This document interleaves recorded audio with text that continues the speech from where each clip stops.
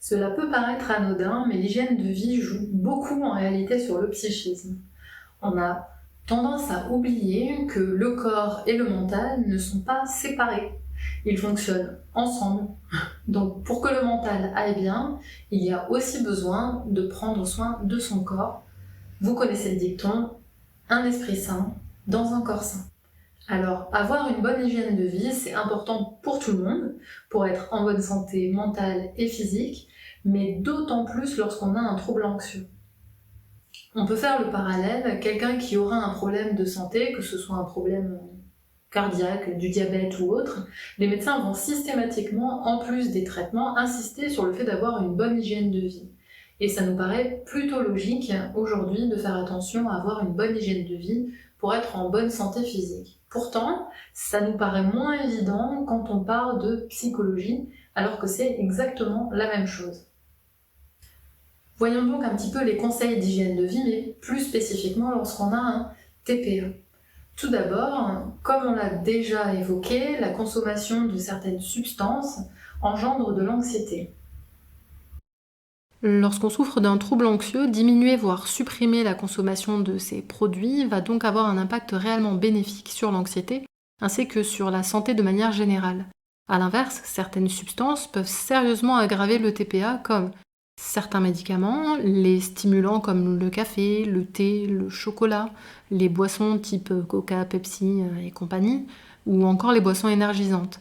On compte également parmi ces substances l'alcool, les drogues comme la cocaïne, les stéroïdes et le cannabis entre autres. Tous ces produits vont avoir un impact vraiment délétère, vont avoir tendance à aggraver vraiment le TPA. Donc je ne peux que vous encourager vivement à diminuer, voire à arrêter la consommation de ces substances. De même, avoir une alimentation équilibrée sera un plus. Je ne vous dis pas de vous priver de tout, c'est important de se faire plaisir, mais sachez que l'alimentation, tout comme les substances dont nous venons de parler, vont avoir une influence sur votre humeur ainsi que sur l'anxiété. Vous avez peut-être entendu parler de notre deuxième cerveau, vous savez, l'intestin. Eh bien, en très simplifié, ce que vous mangez va avoir un impact sur votre flore intestinale qui elle-même va impacter votre bien-être en agissant notamment sur l'anxiété. Alors oui, ça paraît dingue, mais pour le coup ça a été prouvé scientifiquement. Je vous mettrai les références aussi en dessous de la vidéo.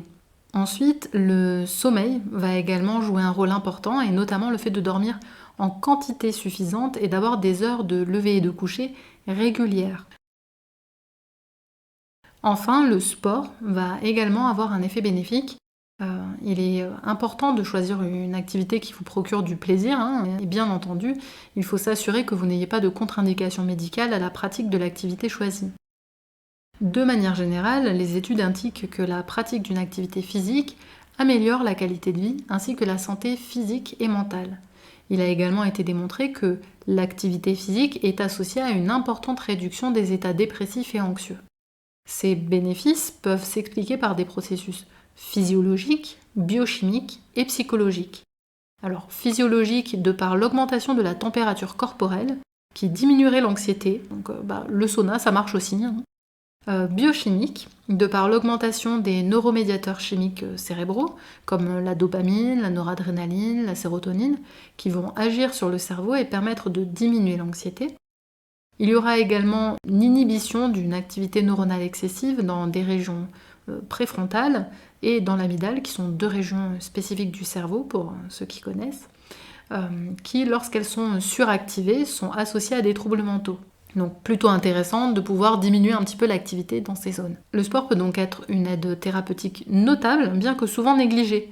Donc, à savoir que les activités douces vont permettre de se relaxer et de travailler sur la conscience du corps et de la respiration, alors que les activités intenses, qu'on appelle souvent cardio, comme le rameur, la course, la corde à sauter, etc., vont être particulièrement efficaces pour réduire le stress. Par contre, pour que ce soit efficace, il faut une activité assez intense et surtout régulière, genre 5 jours sur 7, et que l'exercice dure au moins 20 minutes. Après, pour les lève-tôt, il est même conseillé de faire sa séance tôt le matin parce qu'il y a un pic de l'hormone du stress, le cortisol, qui se situe pour la plupart des individus entre 7h30 et 8h, 8h30. C'est un pic qui est tout à fait normal, c'est ce qui nous permet de sortir du mode nuit et de nous réveiller. Et en l'occurrence, lorsque l'exercice physique est fait avant le pic de cortisol, il peut avoir un effet qui est comparable aux médicaments. Donc plutôt intéressant si vous n'avez pas peur de vous réveiller aussitôt. Bon, après, je vous donne les informations pour que vous puissiez faire au mieux en fonction de vos contraintes et de votre motivation. Dans tous les cas, il vaut mieux faire une activité sportive régulière, même si c'est moins intense, ou l'après-midi, plutôt que rien du tout. En tout cas, gardez en tête que le sport peut vraiment diminuer l'anxiété et que même avec un TPA, vous pouvez faire du sport. Il y a souvent des appréhensions à avoir une activité physique, qui plus est une activité physique intense. Et pour le coup, c'est bien dommage parce que ça a vraiment un impact très positif sur la diminution de l'anxiété.